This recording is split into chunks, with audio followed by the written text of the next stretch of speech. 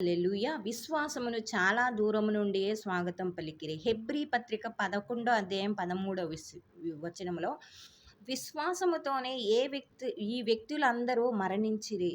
దేవుడు వాగ్దానమునిచ్చిన విషయములను వారు పొందలేదు. కానీ చాలా దూరము నుండియే వానిని చూచి వానికి స్వాగతము పలికారు అంట. ప్రియ సహోదరి, సహోదరుడు. ఇప్పుడు ఈ వాక్యమును మనం ధ్యానించుకుందాం. విశ్వాసముతోనంట ఈ వ్యక్తులందరూ ఎవరో మరణించారు. ఎవరు? అబ్రహాం గాని, ఇస్సాకు గాని, దావీదు గాని, సొలొమోను రాజు గాని అందరూ కూడా మరణించారు. యాకోబు, ఇస్సాకు, బైబిల్‌లో ఉన్న పేర్లున్నాయి. యెహోషువ, వాళ్ళందరూ కూడా న్యాయాధిపతులు, రాజులు, కింగ్స్‌లో మనం అందరూ ఏలియా, యెషయా, ఐజయా మరి వీళ్ళందరూ ప్రవక్తలందరూ ఏం చేశారంట? విశ్వాసముతోనే మరణించారు అంట. ప్రియ సహోదరుడా, ఆ మరణించినప్పుడు దేవుడు ఏదైతే వాగ్దానం మరణించారో, ఏ విషయము గురించి వాగ్దానం చేశారో ఆ వాగ్దానాన్ని వాళ్ళు పొందుకోలేకపోయారు అంట. పొందలేదు అంట. మనం ఇప్పుడు అంటాము దేవునికి వాగ్దానం చేసింది ఏది కూడా నెరవేరకుండా ఉండదు, అన్నీ నెరవేరుతాయని మనం విశ్వసిస్తాము. కానీ ఆ కొన్ని నెరవేరుతాయి, కొన్ని నెరవేరు. అదే చెప్తున్నారు, వాగ్దానం చేసినవి అంట కొన్ని నెరవేరలేదంట. దేవుడు వాగ్దానం చేసిన విషయాలు కొన్ని నెరవేరలేదు, అయినను వాళ్ళు మరణించారు అంట. వారు పొందలేదు, అయినను వారు మరణించారు, పొందలేదు.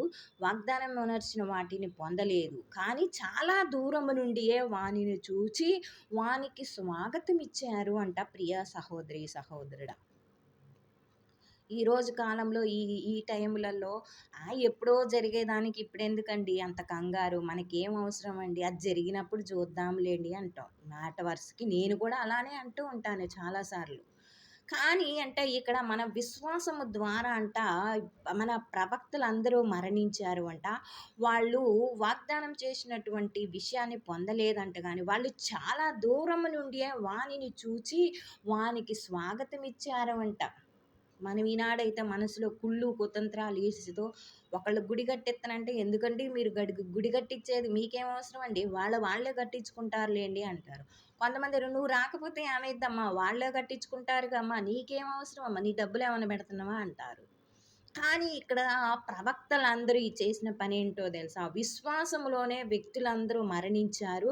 వాళ్ళు దేవుడు చేసిన వాగ్దానములను పొందలేదు, విషయములను పొందలేదు. కానీ చాలా దూరము నుండియే వానిని చూచి అంట వానికి స్వాగతం పలికారు అంట. అయితే అయింది ప్రభువా, మేము ఉన్నా ఉండకపోయినా, మాకు భవిష్యత్తులో మేము బ్రతికినా బతకపోయినా మాకు సంబంధం లేదు, ఉండకపోయినా బాధలే. కానీ నువ్వు చూపించినటువంటి ఆ దర్శనాలు భవిష్యత్తులో జరుగుతాయి కాబట్టి మేము వాటికి స్వాగతం పలుకుతున్నాము. అవి అందరికీ ఉపయోగపడాలి, అన్ని విధాలుగా ఉపయోగపడాలని వాటికి మేము స్వాగతం పలుకుతున్నాము అని చెప్పినటువంటి విశ్వాసము ద్వారా మనం కూడా జీవించినట్లయితే ఈనాడు క్రీస్తు ప్రభు మనలను కూడా అంత విశ్వాసముతో జీవించమంటున్నారు. మనం ఏ విషయమైనా చూడలేదు, కానీ అది జరుగుతుంది అనే విశ్వాసముతోని మనము చాలా దూరం నుండే వాటిని స్వాగతంతో పలుకుదాము మనము. ఆమేన్.